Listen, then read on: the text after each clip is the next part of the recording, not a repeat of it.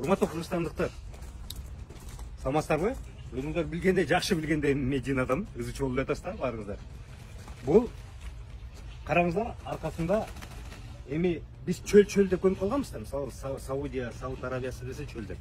Оазис деп биз китептерден көрүп, китептерден окуп келчүбүз да. Анан ошол оазис караңыздар. Өрдөк каздары жүрөт. Анан мен өмүрү биз болсо баягы кичине орусчалыш болуп, светтик билим алып калып, биз баарыбыз мону пальма деп эле жүрүп жүрмүздар. Пальма. Анан менин жеке оюмда ошол пальмада банан өсөт, ананас өсөт деп эле ушундай эле бир жалпысынан ойдо жүрчүбүз да. Анан караңыздар, ушунакинин баарында жанагы курма бактар экен булчу. Эми эң кызыгы, эң сонуну бир керемет жерге келдик. Бул жерде ушул Ыйык Мадина жеринде кыргыздын кичинекей бир Кыргызстаны, кыргыздын бөлүгү, кыргыздын жери, кыргыздын уюткусу, ордосу деп коет экен да. Эми азыр караңыздар. Биз машина менен кирип келип эле, Ислам деген жигит бүгүн алып келди да, машина менен кирип келип эле түшсөк, машина менен түшсөк, кыргыз туугандар отуруп, калпактарын кийип алышып, калпактарын кийип алышып, кыргыз туугандар аш жеп отурушат. Бүт кыргыздар. Анан булар зияратка келгендер.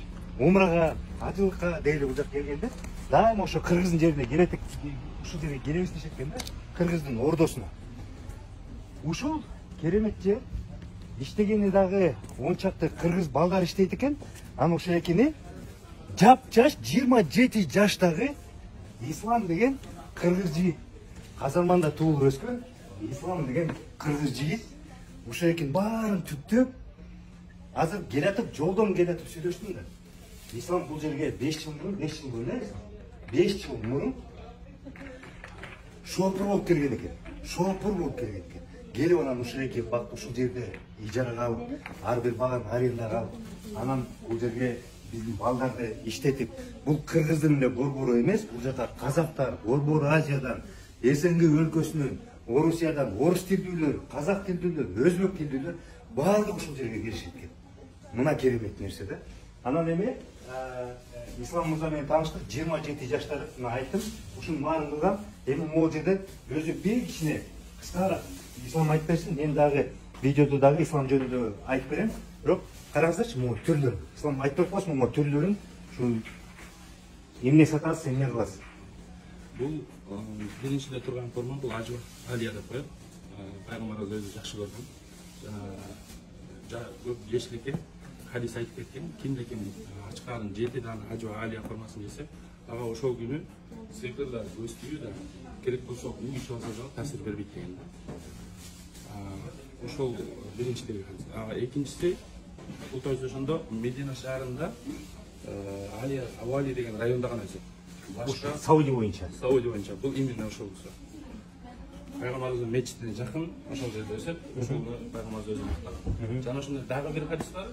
Ажвага, жалпы ажванын өзү түрлөрү бар да. Ошо жалпы айтылганы бул ушул. Айырмаланат. Мунун баасы кичине кымбатыраак болот.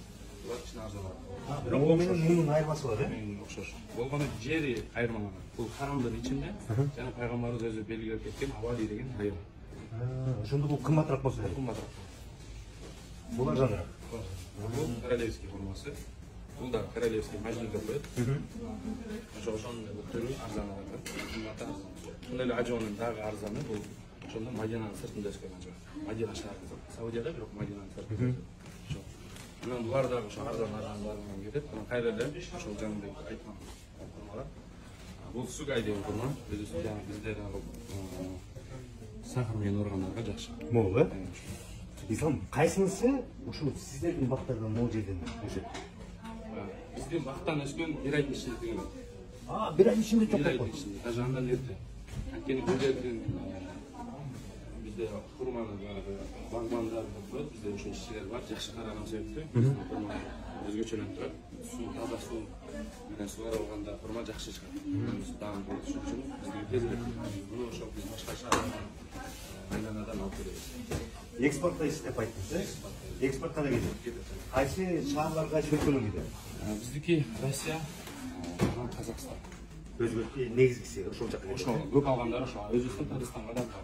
Кыргызстанга да ошол жака. Рахмат. Эми караңыздар. Бул да бир нерсенин белгиси да. Иштейм деген адам, эмгектенем деген адам, башын жерге сайып коюп аракет кылган адам шопур болуп келип, анан мындай керемет бейиштей болгон жерди деле ачып коюп алат экенин бирден бир белгиси да. Караңызчы. Кудайга Аллага жаккан ишти да кылып атат. Элге баарына жакшы нерсе болот. Анан жакшы өрнөк, жакшы үлгү көргөзүп атат да. Эми кантип ичиң жылбайт десеңиздер, могу жерге келсек, биз көрүп дагы таң калып сүйүнүп атканбыз. Карасаңыздар, эми акча алмаштырып отурбайсың. Эмбанк жана Кыргызстанда популяр болуп кеткен Эмбанк менен эле төлөсөң болот экен. Эмбанк менен. Анан сөзсүз түрдө Кыргыздын атрибуттары турат, Кыргыздын калпагы турат, Кыргыздын желеги турат. Өзүңүздөр билесиздер да, мынакей Ислам мырза айтып кетпедиби? Эми карасаңыздар, 27 жашта жаш жигит да. Жаш жигит да кырчындай болгончо бул келечекте эмнени гана кылбайт мисалычы. 27 жашында ушуну кылса, казактарга дагы мен экспорт кылам деп атпайбы. Казактар дагы бул жерге келгенде өзүбүздүн жерибизге келгендей деп эле келишет экен да. Казактын Каспийсин кылып коюптур. Эми укмуш нерсе да. Анда кеттик. Азыр биз атай өзүнчө дагы сыйлуу конокторду тоскон жерим бар дейт. Кыргызчалап, анан Ислам айтылат, Кудай буйрса, бул Сауди өлкөсүнүн борборунда филиал ачам деп атат. Мекке шаарында филиал ачам деп турат да. Кудай буйрса. Эми буйрусун жүрүңүздөр анда тиги ошол коноктосо турган жайындагы көрүп кетелик. Жакшы. Мен уруксат сурадым. Уруксат баарынан ушу зияратка келген биздин кыргызстандык жердештердин баарынан уруксат сурадым. Бул жерге келип ушу аш жеп, Кыргызстанда отурганда эле зиярат кылып аш кылып атышат. Ушу зияраттарыңыздар кабыл болсун, Алла кабыл кылсын. Амин. Кудай кааласа. Баардыгына насип этсин. Силерге аман болсун. Сөзсүз түрдө бул жерге келиңиздер, туугандар. Бул жерге келиш керек, мунун баарын көрүш керек. Карагылачы, кандай керемет. Биякта эжекелер, апалар отурушат. Эжекелер тартып берсем уруксатпы сиздерде? Эжекелер дагы аш жеп отурушат. Зияратыңыздар кабыл болсун. Алла кабыл кылсын. Вообще азаматсыздар. Караңыздарчы.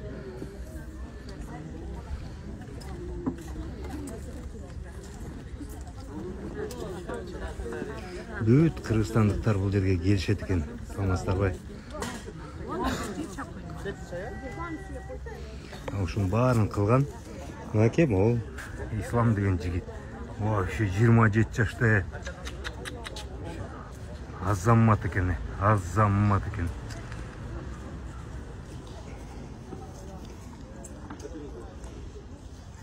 Siz вообще Мага аябай тарта берейинби?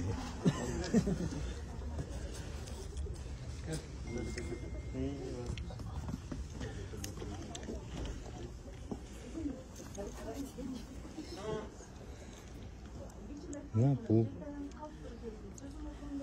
сыйлуу коноктор тоскон жер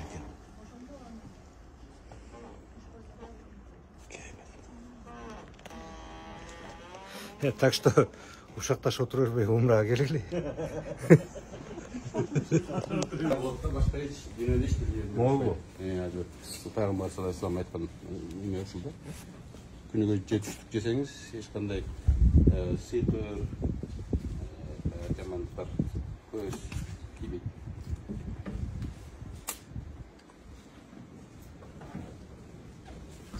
Кайдыгы дейле кыргыз шорпосу.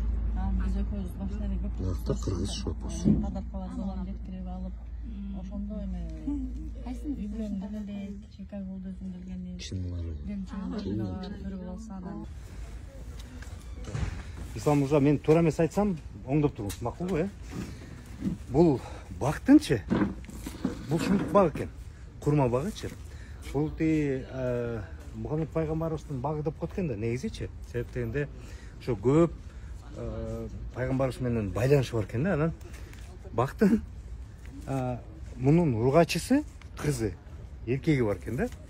Тиги кичине мындай толугураак болуп тургандары булар эркеги деп коет экен. Эркеги түшүм бербейт экен курма.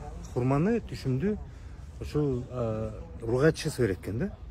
кызыктуу нерсе, ошон үчүн бул бактын эркеги ургачысы бар деп коет экен да. Анан эми караңыздарчы, мунун пайдасы аябай көп экен. Курма берет экен, башка нерсе берет экен.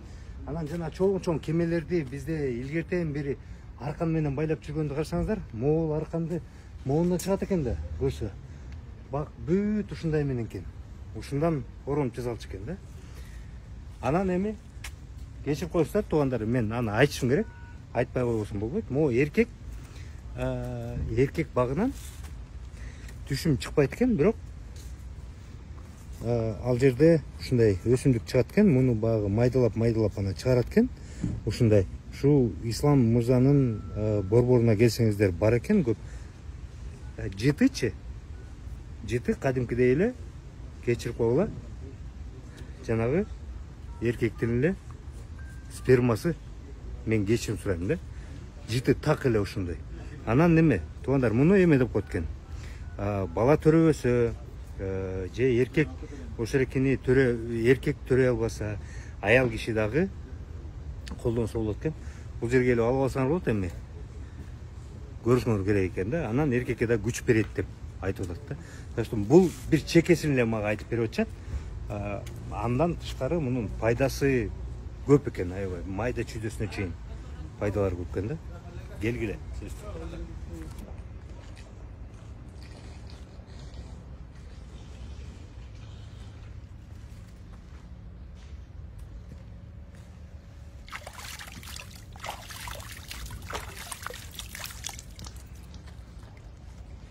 Суу жыпчылуу. Суу жыпчылуу. Албетте бул жакта суу өтө тартыш. Аны барыңыздар эле угуп билсеңиздер керек. Эми чөл жергиси да. Саламатсыздарбы? Зияратыңыздар кабыл болсун. Көрдүңүздөрбү? Бардыгы кыргыздар. Кыргыз бурчу деп, кыргыз жери деп.